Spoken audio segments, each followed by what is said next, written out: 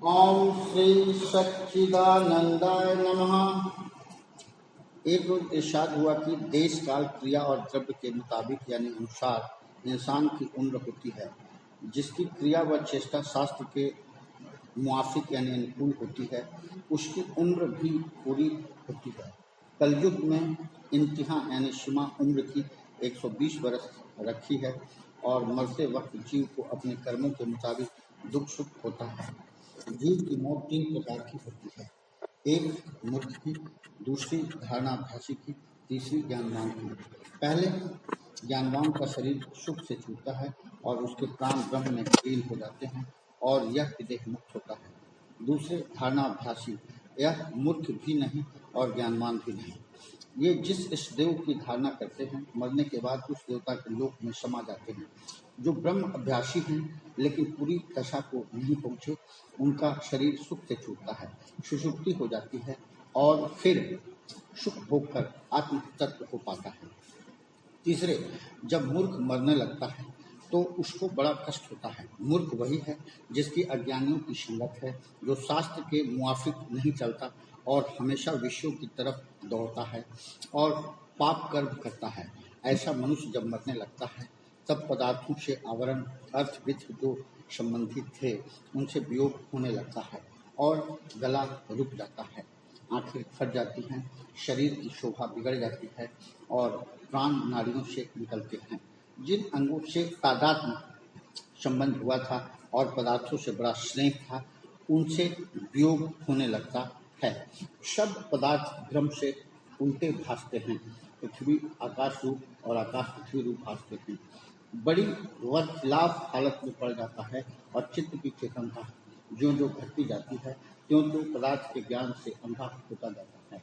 जैसे शाम को सूर्य छिपने से ब्रह्म में आय को दिशा का ज्ञान नहीं रहता, वैसे ही उसको पदार्थों का ज्ञान नहीं रहता। जब प्रेषणिक का वियोग होता है तब मूर्छा से जड़ की तरफ हो जाता है और शरीर खंडित पड़ा रहता है। जीव ने जो कुछ अहंकार भाव को लेकर कर्म किए थे, वे सब इकट्ठे हो जाते हैं और समय पाकर प्रकट हो जाते हैं। जैसे बोया हुआ बीज समय पाकर फल देता है, वैसे ही उसको कर्म वासना सहित फल आकर प्रकट होता है। एक रोज इरशाद हुआ कि जगत की रचना सांख्य शास्त्र में इस तरह बयान की है कि पुरुष और प्रकृति के मेल से जगत उत्पन्न होता है। पुरुषों के निष्पत्त यानी संबंध में यह कहा है कि ये अनंत हैं और ज्ञान स्वरूप हैं और प्रकृति या माया का वजूद यानी अस्तित्व वाकई यानी वास्तव में है, पर ज्ञान से खाली है। यह त्रिगुणात्मक है। इसमें 3 गुणों की वजह से दम ब दम यानी प्रतिफल तब्दीलियां होती रहती हैं।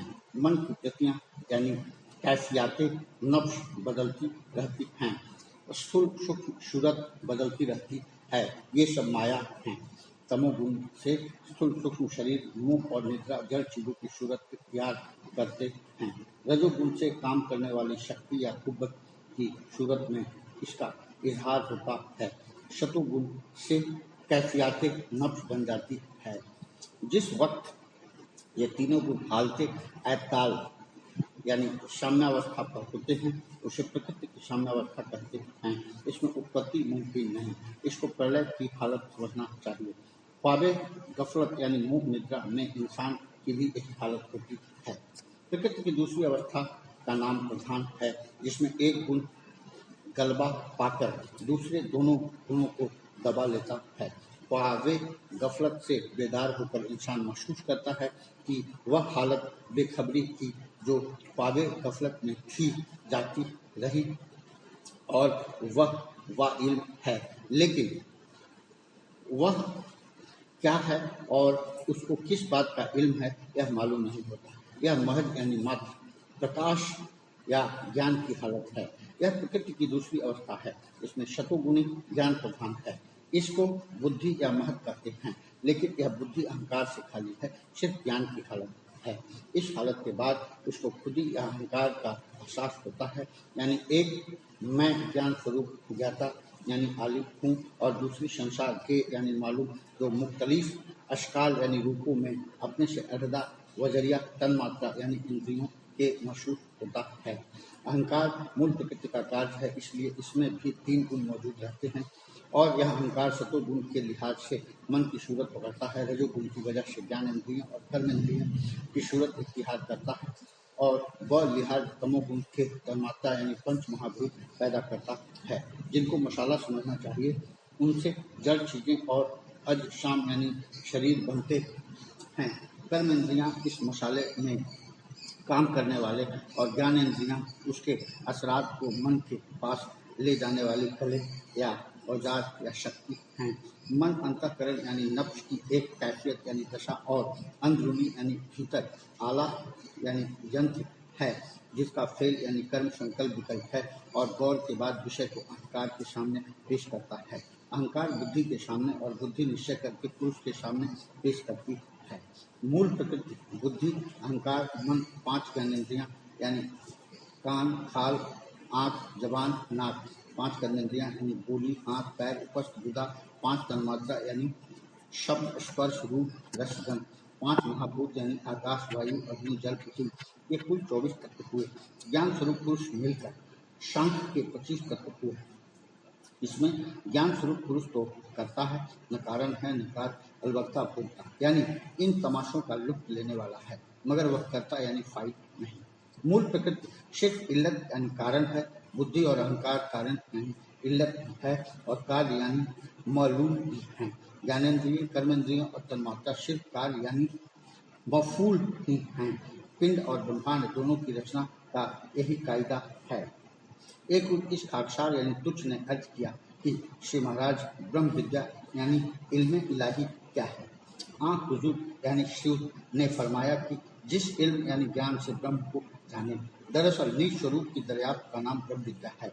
सांख्य शास्त्र के स्वामी कपिल देव जी की तसनीफ यानी रचना है, जिनके बारे में श्री कृष्ण भगवान ने गीता के 10वें अध्याय के 26वें मंत्र में फरमाया है कि कामिलों यानी पंडितों में कपिल मुनि मैं हूँ। इस शास्त्र में इंसान के निज स्वरूप के दरियाफ्त के मुतालिक ऐसा लिखा हुआ है कि इंसान की हस्ती 2 किस्म की है, यानी हादिस मुराद यानी तात्पर्य नाश होने वाली, और कदीम यानी मुराद कायम रहने वाली, जिसको श्री कृष्ण भगवान ने गीता के 13वें अध्याय में क्षेत्र और क्षेत्रज्ञ के नाम से अर्जुन को समझाया है। क्षेत्र मुराद जिस्म से है और क्षेत्रज्ञ मुराद आत्मा से है। गीता के 15वें अध्याय के 16वें मंत्र में फरमाया है कि आलम यानी जगत में 2 किस्म की हस्ती यानी शरीर हैं, हादिस और कदीम। कुछ मौजूदात जो कुछ हवासो अक्ल के जरिए से तमीज होता है और तगयुरो तब्दूल यानी परिवर्तन इख्तियार करता रहता है, वह शब्द हादिस यानी क्षय, पुरुष कशिश फानी यानी नश्वर है।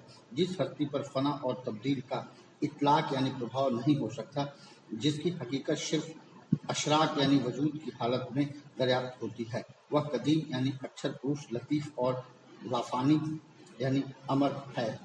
फिर 17वें मंत्र में भी श्री कृष्ण भगवान ने फरमाया कि जो जात पात इन दोनों यानी हादिस और कदीम से बदतर यानी श्रेष्ठतम है, उसे हस्ती महज यानी पुरुषोत्तम कहते हैं। वह हस्ती आलमी शागाना यानी सतोगुण, रजोगुण और तमोगुण में मुतशर्रफ होकर उसे सहारती है। वह जान यानी अक्षर पुरुष गैर फानी है। इसी अक्षर पुरुष और क्षर पुरुष की वेदांत में 3 हिस्सा खौल दर खौल यानी स्थूल व सूक्ष्म और कारण कहकर बयान किया, यानी स्थूल और सूक्ष्म को क्षर पुरुष और कारण को अक्षर पुरुष से मिलाया और पुरुषोत्तम को दोनों से बदतर करार दिया। इससे यह समझना चाहिए कि आदमी का चेतन इस जिस्म में कई हालतों में काम कर सकता है। महात्माओं ने इन हालतों को 7 शरीरों यानी 7 तबकों में बांटा है। कुछ हालतें या अवस्थाएं ऐसी होती हैं कि जिनमें मामूली आदमी का चेतन काम करता है, बाकी ऐसी हैं कि उन तक तरक्की करके पहुंचना हर एक आदमी के वास्ते मुमकिन है। वे 7 हालतें ये हैं। माहियते शरीर यानी शरीर का मूलभूत शरीर 7 हैं। पहला स्थूल, दूसरा लिंग, तीसरा प्राण, चौथा काम, 5वां मनुष्य का अहंकार, 6ठा बुद्धि, 7वां आत्मा। इन 7 में पहले 4 अक्षर पुरुष कहलाते हैं और पिछले 3 इन 7 में पहले 4 क्षर पुरुष कहलाते हैं और पिछले 3 अक्षर पुरुष लफ्ज़ क्षर के मानी नाश होने वाले के हैं और अक्षर के मानी नाश न होने वाले के हैं। पहले 4 क्षर पुरुष इसलिए कहलाते कि मरने के बाद ये कायम नहीं रहते और पिछले 3 कायम रहते हैं और दूसरे जिस्मों में जाकर तरक्की पूरी करते हैं। असल आदमी यही अक्षर पुरुष है। पहला स्थूल शरीर, यह मामूली बदन है जिसको सब आदमी देखते हैं और जानते हैं। हाथ, पैर, आँख, नाक, कान, हड्डी, खाल, नाखून वगैरह और बहुत सी चीज़ें इस बदन में सबको दिखलाई देती और दे सकती है। भूख, प्यास और भी ऐसी ख्वाहिशें जो आदमी में पैदा होती हैं वे सब इसी बदन से पूरी होती हैं। इसके समझाने के लिए कुछ ज़्यादा कहने की ज़रूरत नहीं है, मगर यह मालूम होना चाहिए कि कुल 24 तत्व यानी अज्जाए जिसमें इंसानी के फलसफा यानी सांख्य ने तहकीकात के बाद साबित किए हैं। 25वां जाते मुतलक यानी पुरुषोत्तम है जिससे उसकी नमूद हुई। इन 24 तत्वों की तरकीबें बाहमी से रग़बत व नफरत, आराम व तकलीफ, मौत व जिंदगी और पैदाइश की सातों हालतें पैदा होती हैं। पैदाइश 24 तत्वों की इस तौर पर है। समझनी यानी तेजस अहंकार से 5 ज्ञानेंद्रिय कान, आँख, नाक, जबान, खाल यानी त्वचा, इसको हवास भी कहते हैं। 5 कर्मेंद्रिय मुंह, पैर, मुकामे बराज, मुकामे बोल, हाथ हैं। इनको दवाए अफदाली कहते हैं। ये 10 इंद्रियां कहलाती हैं। रजोगुण भूत आदि अहंकार से 5 महाभूत पृथ्वी, जल, अग्नि, वायु और आकाश, जिनको अर व अनाक्षेद कहते हैं, और 5 तन्मात्रा शब्द, रूप, गंध, रस, स्पर्श यानी शामा, वाशिरा, शामा, जायका और लामसा हुई। शतोगुण विहिकृत अहंकार से मनुष्य होता है यानी मन, बुद्धि, अहंकार होते हैं। प्रकृति 24वां और पुरुष 25वां है जो सबसे न्यारा और लाफानी है। दूसरा लिंग शरीर, स्थूल शरीर के अंदर एक दूसरा शरीर होता है जो मामूली आंखों से नहीं दिखाई देता, इसलिए हर एक आदमी उसको नहीं देख पाता। पर आदमी में एक कुव्वत ऐसी है कि उसके जाहिर हो जाने पर यह लिंग शरीर दिखाई दे जाता है। इस कुव्वत को दिव्य दृष्टि कहते हैं। यह कुव्वत कभी आप भी पैदा हो जाती है।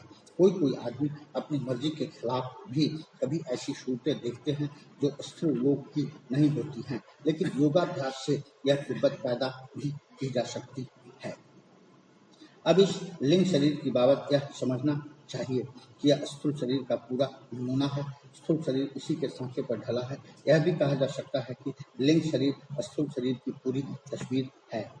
आदमी के बदन में ताकते हैं, उन सबके रहने की जगह असल में यह लिंग शरीर ही है। 5 ज्ञानेंद्रियां, 5 तन्मात्रा, 5 कर्मेंद्रियां और जितनी शक्तियां आदमी की हैं वे सभी इस लिंग शरीर में रहती हैं। यह लिंग शरीर एक ऐसे मादे का बना हुआ है जो स्थूल शरीर के मादे से ज़्यादा शदीद यानी लतीफ यानी सूक्ष्म है। प्राण जान इसी शरीर में रहते हैं। तीसरा प्राण का एक अनंत समुद्र इस ब्रह्मांड में बह रहा है, यानी आदमी, जानवर, कीड़े पतंगे, घास पात, चांद, सूरज, जमीन, गर्जे की जो कुछ है वह सब इस प्राण के समुद्र में डूबा हुआ है और इसी से उसकी जिंदगी होती है।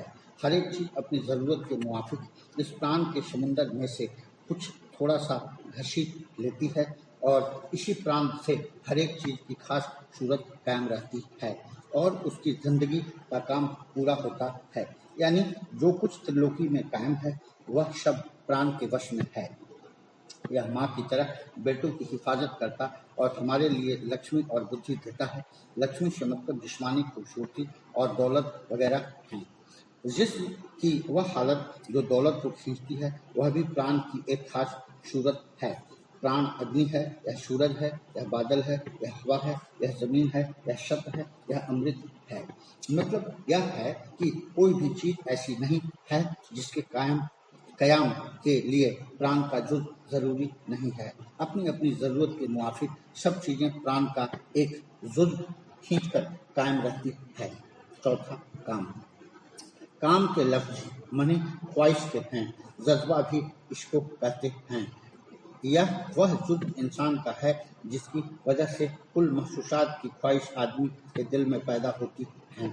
इसी के ज़हूर से आदमी कुल दुनिया के मज़े जिसको उसको हवासों के जरिए से मालूम होते हैं भोगना चाहता है, और हसद व बुग़्ज़ जो उन महसूसात के न पूरा होने की वजह से पैदा होते हैं वे भी इसी काम तत्व का ज़हूर हैं।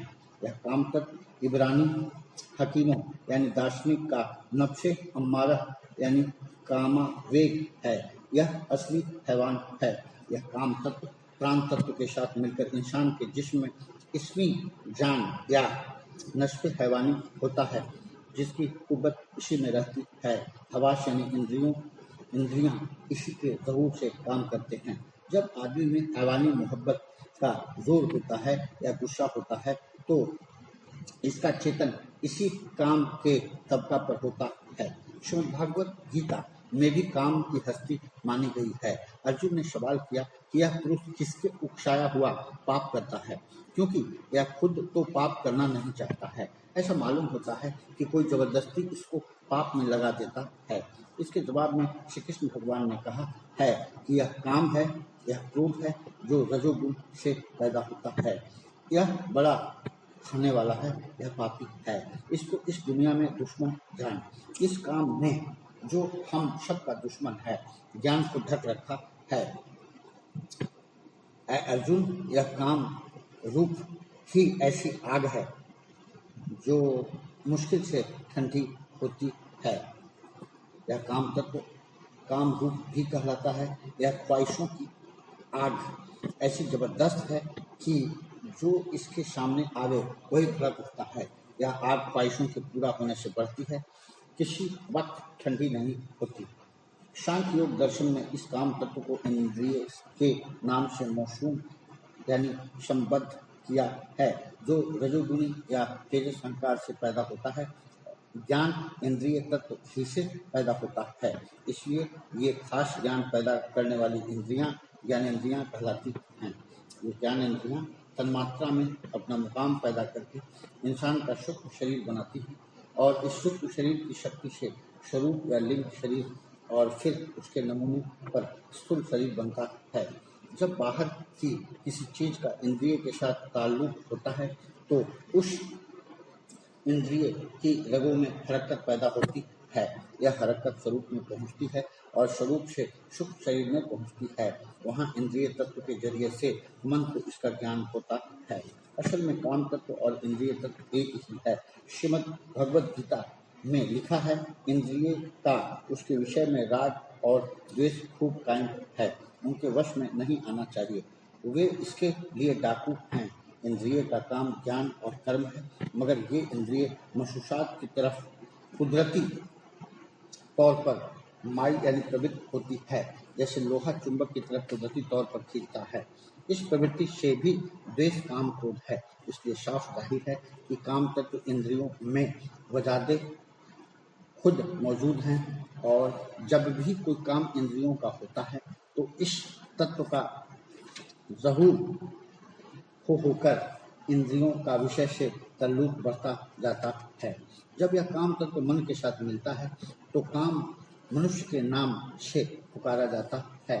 उस वक्त विषयों का राग और द्वेष मन में ही जगह कर लेता है। गीता के एक और श्लोक में लिखा है, संग से काम का ज़हूर होता है और काम के रुकने से क्रोध का ज़हूर होता है। क्रोध से भूल होती है और भूल से त्याग में भ्रांति हो जाती है।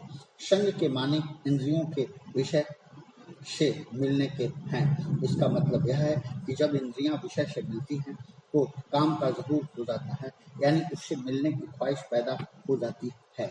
यह ख्वाहिश इंद्रियों में ही रहती है और पहले से मौजूद थी, संग से जाहिर हो गई।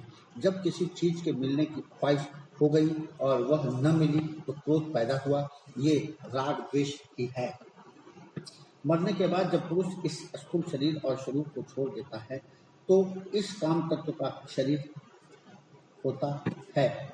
यह काम रूप कम या ज्यादा दिनों तक कायम रहता है।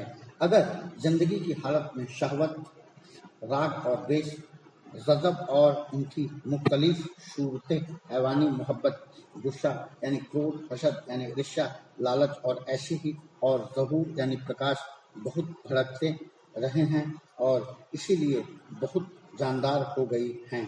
तो यह काम रूप बहुत दिनों तक जीता जागता रहेगा और पुरुष को उतने ही दिन तकलीफ रहेगी। अगर जिंदगी में ख्वाहिशें दबाई गई हैं या कम से कम खुदगर्जी को छोड़कर काम में लाई हैं, तो इन ख्वाहिशों की वजह से तकलीफ न होगी और यह काम रूप जल्दी टूट जाएगा। भगवद गीता में श्री कृष्ण महाराज ने कहा है, जो मरने से पहले काम और क्रोध की तेजी को सह सकता है वही योगी है और वही सुखी है। जिन काम रूपों में दुनिया की आग बहुत ज्यादा होती है, वे मरने के बाद अक्सर यहाँ धक्के खाते हैं और भूत प्रेत बनकर नापाक ख्वाहिशी वाले लोगों के सिर पर चढ़ आते हैं, जिससे उनको भी बहुत तकलीफ बढ़ती है। यह काम रूप अक्सर नापाक मुकामों में पाया जाता है, नशीले मुकामात में और ऐसी ही और जगह जहाँ आदमी की ख्वाहिशें के नापाक तौर पर पूरा करने के सामान मौजूद किए जाते हैं। ऐसे मुकामों से उसको कुदरती कशिश होती है।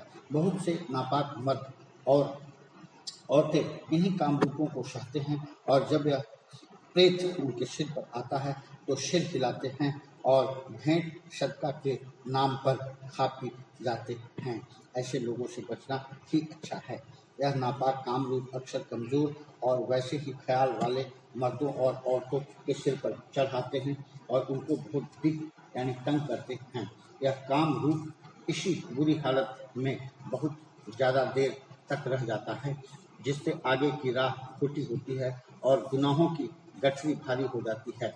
वाद दफा ऐसा होता है कि ऊपर के यानी पूर्व लिखित तीनों तत्व इसमें से निकलकर अपने आगे रास्ते पर जाते हैं और काम रूप मिस्ल एक जिस्म बेरूह के काम लोक में ऐसे ही उड़ा फिरता है जैसे हवा में हल्की शय। मिस्ल कुंभा यानी रूई का गाला के इस जिस्म में कुछ थोड़ी सी समझ होती है जो उसके साथ मन के ताल्लुक का नतीजा होता है। वह मन तो अब निकल गया मगर उसका कुछ असर इस जिस्म में बाकी रह जाता है। किसी कपड़े में खुशबूदार चीज निकल लेने के पीछे भी वह कपड़ा उस खुशबू से बसा हुआ रह जाता है। यह जिस्म अगर दुनिया के नापाक ख्यालों और नापाक आदमियों के ताल्लुक से खुराक पावे तो बहुत दिनों तक कायम रह सकता है और इस दुनिया से बहुत दुख पहुंच सकता है।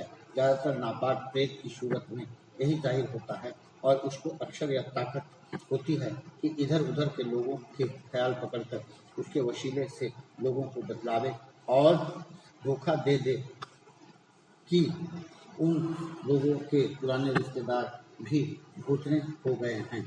जहाँ पाक ख्याल नहीं है वहाँ उन लोगों का गुजर होता है। इस काम रूप में रहकर रूहे इंसान यानी जीवात्मा को बड़े तजर्बे होते हैं और यह एक खास किस्म की जिंदगी है और बड़ा जोरदार है। ख्यालात और उनका असर। इस दुनिया में जीवात्मा का काम तीन सूरतों में पाया जाता है। अव्वल सूरत ख्वाहिशात की है, दूसरी ख्यालात की और तीसरी सूरत कर्म की।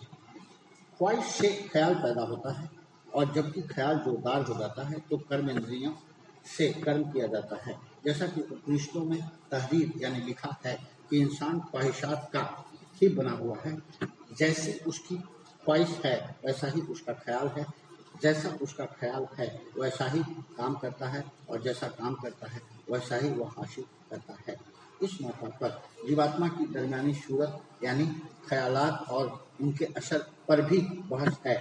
इसलिए इस ताल्लुके वाहमी यानी परस्पर संबंध को जो उन सूरतों में है भूल न जाना चाहिए। ख्याल एक हरकत का नाम है जो इंसान के इस लतीफ यानी सूक्ष्म जिस्म में, जिसको मानसिक शरीर कहते हैं और जिनका ताल्लुक बाहर और अंदर हर जगह मौजूद रहने वाले मादे से है होता है। चंद यानी कुछ महात्माओं ने वर्णन किया है कि रोशनी एक हरकत है जो कि आंख पर असर करके शक्ल का ज्ञान कराती है। यह हरकत लतीफ यानी सूक्ष्म मादे में होती है। हवा में जो हरकत होती है और हमारे कानों पर असर करती है उसको हम आवाज़ के नाम से पुकारते हैं। एक और हरकत जो हमारे तमाम जिस्म पर असर करती है उसको गर्मी कहते हैं।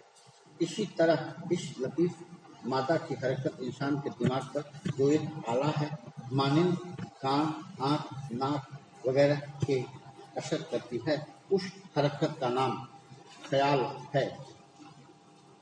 जबकि ख्याल एक हरकत है तो यह बात बखूबी समझ में आ सकती है कि ख्याल ख्वाह किसी किस्म का और किसी ताकत का हो, वह ख्याल करने वाले शख्स ही तक महदूद नहीं रहता और वही शख्स इस ख्याल के मुताबिक काम नहीं करता है, बल्कि बाहर वाले मादा लतीफ़ में इसी किस्म की हरकत पैदा करके दूसरे शख्सों के दिमाग तक भी पहुंचकर इसी किस्म के ख्याल पैदा करता है।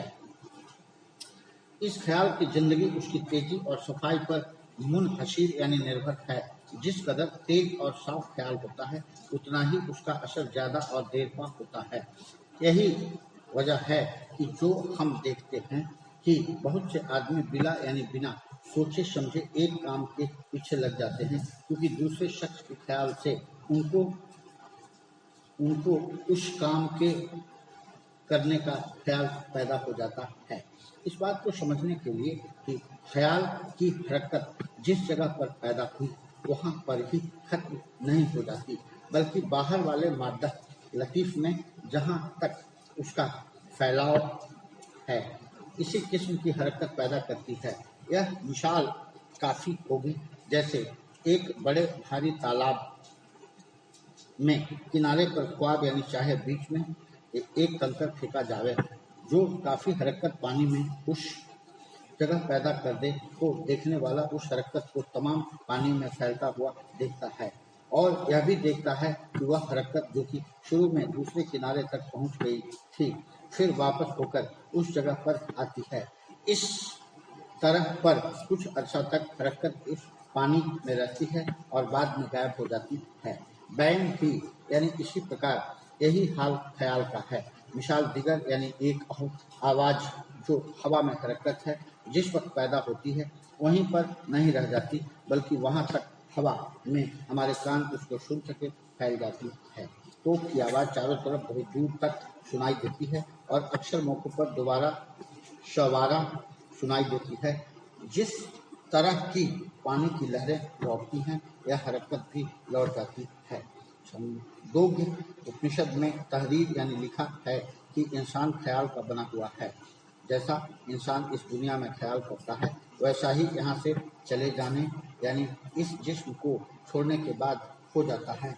इससे जाहिर है कि हमारी मौजूदा जिंदगी में काम करने की ताकत और चाल चलन हमारी पिछली जिंदगी व जिंदगियों के ख्यालात का नतीजा है।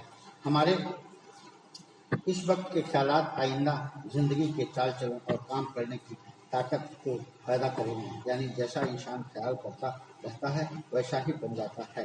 ख्याल अपनी सिफत यानी गुण के लिहाज से नेक या बद इरादा या तकलीफ या मोहब्बत पैदा करने वाला या नफरत पैदा करने वाला, सच या झूठ, शखावत यानी उदारता या बुखल यानी कंजूसी, इंसाफ या गैर इंसाफ वगैरह का होता है। काम का जरूर ख्याल के ऊपर मबनी यानी निर्भर है। ख्याल से कुल चीज़ें आलमे वजूद में आती हैं, जबकि ख्याल ऐसी बड़ी ताकत है तो उसका पैदा करना, उसकी परवरिश करना और कायम रखना हर अक्लमंद और समझदार आदमी को लाजिम आता है। बिला यानी बिना इस ताकत के पैदा किए कोई काम ख्वाब यानी चाहे दुनिया का हो, ख्वाब पर लोग का कमाल को नहीं पहुंच सकता। कोई ख्वाहिश इंसान की बिना ख्याल में तब्दीली हुए पूरी नहीं हो सकती। लिहाजा ख्याल की ताकत को पैदा करके उसका दुरुस्त इस्तेमाल हमारे इरादों व ख्वाहिशात व जज्बात के हासिल करने में लाजिम है। आजकल ज़ाहिरा तौर पर तहकीकात व दरियाफ्त करने का जोश व ख्वाहिश ज़्यादातर देखी जाती है, लेकिन पाकीज़ा यानी पवित्र ख्याल पैदा करने और उसकी परवरिश कायम रखने की कोशिश बहुत कम है। यही वजह मालूम होती है कि ख्वाहिश के मुताबिक नतीजा मयस्सर नहीं होता। लिहाजा इस बेबहा यानी असीम ताकत को पैदा करने को हिदायत, अवतार और रहबर हरेक गिरोह वज़रिया तकरीर व तहरीरात करते गए हैं। उनके बयान किए हुए तरीकों के मुताबिक अमल करने से इसको हासिल करके इसके मुनासिब और दुरुस्त इस्तेमाल में हम तन लग जावें तो वे जैसा करना चाहते हैं मुमकिन है, वरना आवाज़ें नाकामी हर तरफ से सुनाई देती रहेगी।